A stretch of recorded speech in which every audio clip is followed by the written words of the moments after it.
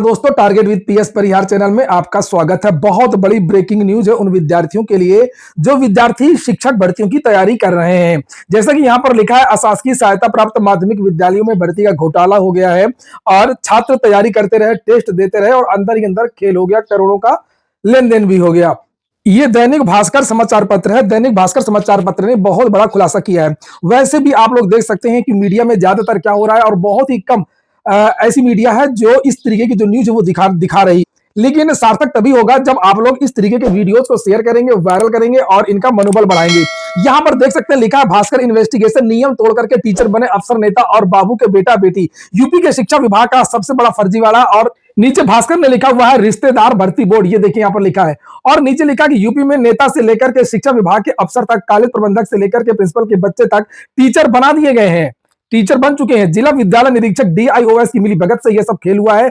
अनुदान लेने वाले स्कूलों और इंटर कॉलेजों में अल्पकालिक नियुक्तियों पर 2000 से रोक लगी है। जितने भी शासकीय सहायता प्राप्त जितने भी विद्यालय हैं, यहां पर अब भर्तियां नहीं होती हैं। अब भर्तियां शिक्षा सेवा चयन आयोग से ही होती हैं। ये उत्तर प्रदेश की योगी सरकार ने ये नियम अभी भी बना दिया वो जूनियर के लिए, और जो बाकी विद्यालय हैं उनमें तो पहले से ही है और हाई कोर्ट, सुप्रीम कोर्ट के आदेश भी हैं। लेकिन जो विद्यालय प्रबंधन है और जो अधिकारी हैं, इनकी मिली भगत से बैक डेट पर एक्सपीरियंस दिखा करके, बैक डेट से नियुक्तियां दिखा करके इनको नियुक्त कर रहे हैं। और यहां पर लिखा हुआ नीचे देखिए कि इसके बावजूद यूपी के 2 जिले, अभी 2 जिलों की बात की गई है, अन्य जिलों की भी बात है। अभी 2 जिले के बलिया और मऊ में अनुदान प्राप्त एडेड स्कूल, संस्कृत विद्यालय, इंटर कॉलेजों में 200 से अधिक भर्तियां की गई हैं।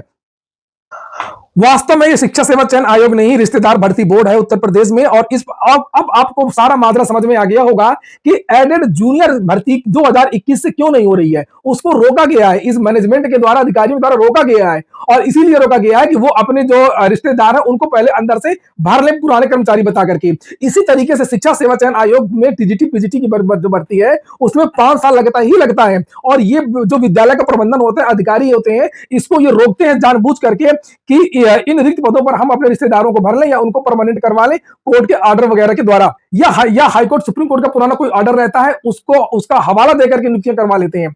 यहां पर देखिए लिखा कि इस फर्जीवाड़े की जांच एसआईटी करने वाली है। उसके पहले दैनिक भास्कर की टीम ने बलिया और मऊ जिले में इन्वेस्टिगेशन किया, नियुक्तियों के दस्तावेज जुटाए और अफसर बाबू से हिडन कैमरे पर बात की है, जिसमें खुलासा हुआ है कि कैसे बड़े ओहदे वालों के बच्चे टीचर बाबू बना दिए गए हैं। अब यहां पर नीचे सबका, यहां पर नीचे नाम लिखा, उत्कर्ष सिंह की फोटो देख लीजिए पहले आप, जिनकी नियुक्ति हुई है।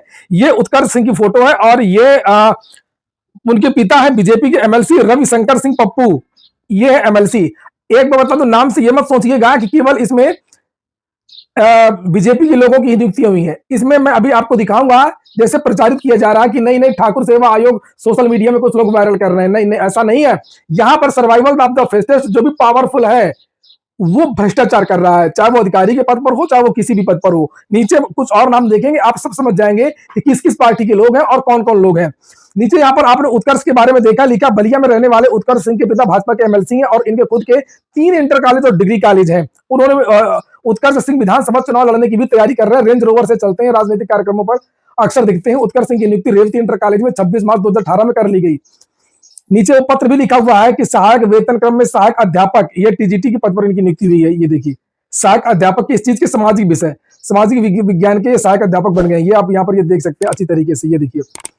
और यहाँ पर अगला नाम है रुद्र प्रकाश पांडे।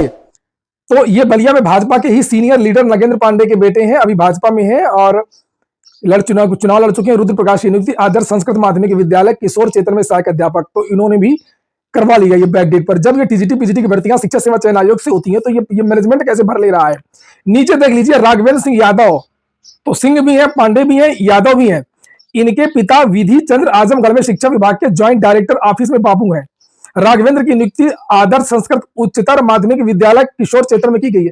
बहुत सारे लोगों के इस लिस्ट में नाम है, यहाँ पर आप लोग देख सकते हैं। और इसमें नेता भी है और अधिकारी भी हैं, जैसे आपने यहाँ पर देखा ये बाबू है। नीचे एक और है संजय कुंवर सिंह, बलिया डीआईओएस में तैनात रहे हैं। अभिलाष कुंवर की नियुक्ति अमर साख इस विद्यालय में हुई है। नीचे यहाँ पर बसपा नेता है, ये बसपा के नेता है भारतेंदु चौबे। इनकी नियुक्ति जिस श्री अमर सहायक उच्चतर माध्यमिक विद्यालय खेजरी में हुई है, उनके मैनेजर भारतेंदु चौबे ही है।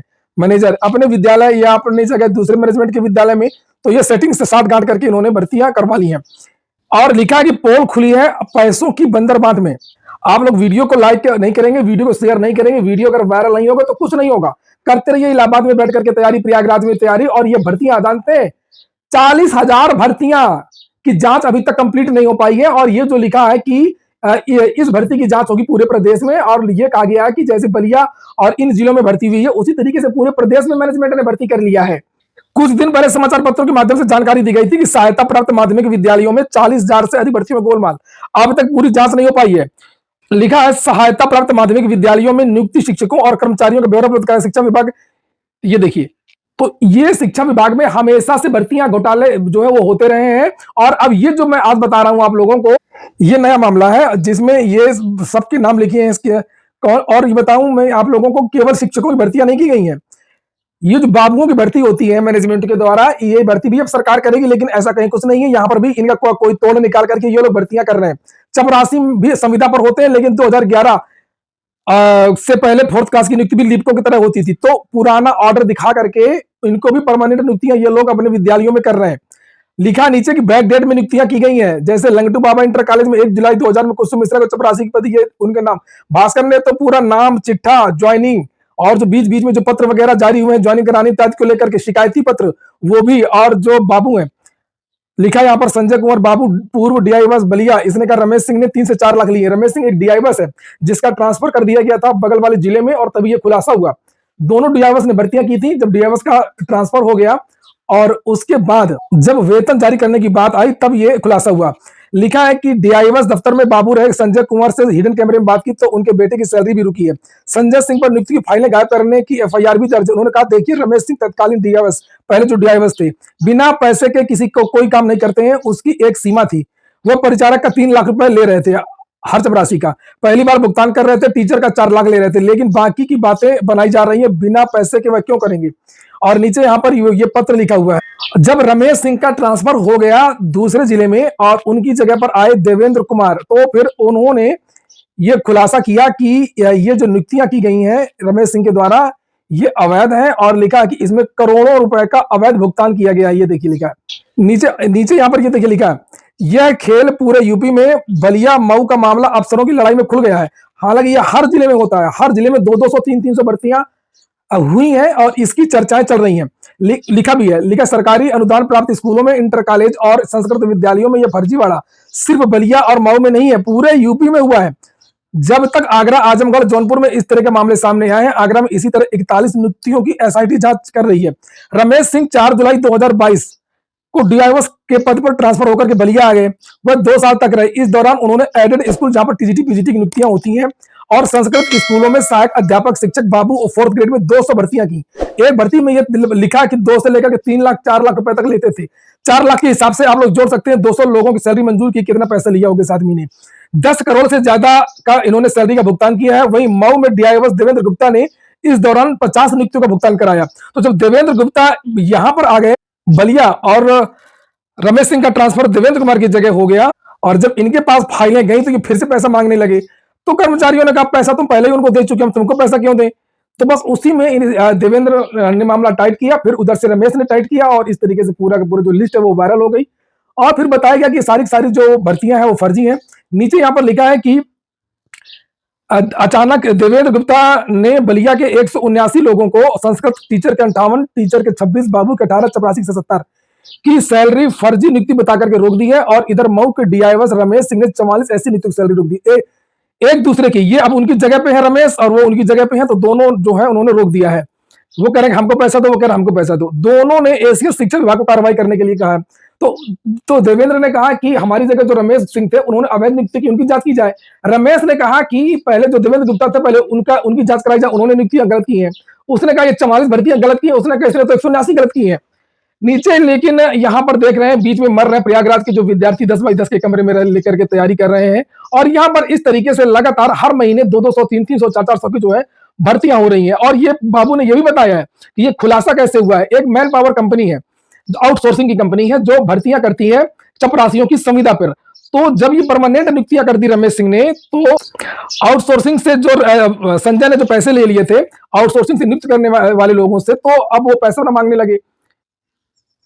इससे मामला बिगड़ गया। यहां पर नीचे लिखा भी है, लिखा है कि रिपोर्टर, दोनों अफसरों की लड़ाई कैसे हुई? ये संजय सिंह को जानते होंगे, जो नीरज शेखर बलिया वाले, गरबार वाले, संजय सिंह जंगल बाबा इंटर कॉलेज में जो टीचर हैं, ओवरऑल नीरज शेखर के सभी कारोबार देखते हैं, उनकी service provider company man power की। संजय सिंह ने बलिया में माध्यमिक शिक्षण परिचारक का टेंडर लिया था। संजय सिंह और रमेश सिंह एक ही थाली में खाना खाया करते थे। जेडी वाईके सिंह और रमेश सिंह में झगड़ा शुरू हो गया पैसे के लेन देन को लेकर की। और नीचे लिखा है, कंपनी को नुकसान पहुंचाया तो फंस गए कर्मचारी। संजय कुमार बताते हैं कि रमेश सिंह संजय सिंह के सर्विस प्रोवाइडर वाले काम में बाधा डाल रहे थे। और भाई बाधा ऐसे डाल रहे थे कि रमेश सिंह परमानेंट नियुक्ति अपना अलग से कर रहा था मैनेजमेंट से मिलकर के, और संजय सिंह उन्हीं विद्यालयों में 3-3 लाख रहकर संविदा कर्मचारी भर रहा था। तो जब परमानेंट के लिए अलग से नियुक्ति कर लेगा उसी जिले में, तो संजय सिंह से कोई आउटसोर्सिंग नियुक्तियां कैसे हो पाएंगी? तो उधर से 3 लाख रुपए के हिसाब से 100 लोगों का पैसा हुआ लगभग 3 करोड़ रुपए। तो 3 करोड़ रुपए इसका नुकसान हो रहा था। लेकिन दोनों में टसन बढ़ने लगी। फिर कोर्ट के आदेश पर 179 लोगों के भुगतान के आदेश जारी कर दिए गए। अब जितना भुगतान किया गया उतने ही संजय सर्विस प्रोवाइडर में मात्रा कम हो गई। तो जब परमानेंट हो गया कोर्ट के आदेश से, तो संजय सिंह का जो सर्विस प्रोवाइडर संविदा वाली भर्तियां थी वो कम हो गई, जिसमें 100 लोगों से 1.25 लाख से 1.5 लाख रुपए तक उसने पहले ही ले रखा था। ये उनसे आज भी रुपए मांगने के लिए लोग पहुंचते हैं। और कुल मिलाकर के इस तरीके से हो गया। फिर बाद में सेटलमेंट के लिए ये सब पूरी कहानी लिखी, भाई साहब हो गया सत्यानाश। और इसीलिए जानबूझ करके जो अधिकारी हैं वो भर्तियां नहीं करते हैं कि हम कोर्ट के आर्डर पर या अनुभव दिखा करके हम 20 साल से पढ़ा रहे हैं, 33 साल से पढ़ा रहे हैं, रिकॉर्ड दुरुस्त कर लेते हैं और फिर उनको परमानेंट कर लेते हैं। अभी आपने 179 एक जिले की लिस्ट देखी है, उत्तर प्रदेश में 75 जिले हैं। आप समझ सकते हैं किस तरीके से ये भर्तियां हो रही हैं हर साल। खैर, मेरा काम है, मैंने कर दिया। अगर आप लोग चाहें तो इस वीडियो को शेयर करके वायरल कर सकते हैं और कमेंट बॉक्स में कमेंट करें कि अब क्या होना चाहिए। ये हो गया आज का वीडियो। पूरा वीडियो सुनने के लिए बहुत बहुत धन्यवाद। एक बात फिर से मैं बता दूं कि इसमें जाति धर्म की बात करेंगे तो आंदोलन कमजोर हो जाएगा। जाति धर्म पार्टी ये है, कुल मिलाकर के हमाम में सभी नंगे हैं। जिसके पास पावर है उसके पास सब कुछ है। लेकिन सबसे बड़ा हास्यास्पद यही है, आश्चर्यजनक यही है कि सीएम योगी जो कहते हैं कि जीरो टॉलरेंस, कहीं पर भ्रष्टाचार नहीं होता है, और यहां पर सीएम योगी के कार्यकाल में अधिकारी ही सबसे ज्यादा भ्रष्टाचार कर रहे हैं। अधिकारी सबसे ज्यादा भ्रष्टाचार कर रहे हैं, चाहे वो किसी भी विभाग के हो। ऐसा नहीं है केवल पुलिस विभाग के अधिकारी ही पावरफुल हैं। सभी जितने भी अधिकारी हैं, सारे के सारे जो अधिकारी इस समय फुल पावर में है। जनता इस समय बिल्कुल चपरासी है, प्रजा है। ओ भाई, मारो मुझे, मारो मुझे, मारो नहीं, ये मजाक हो रहा है। एक सेकंड यार, मजाक हो रहा है।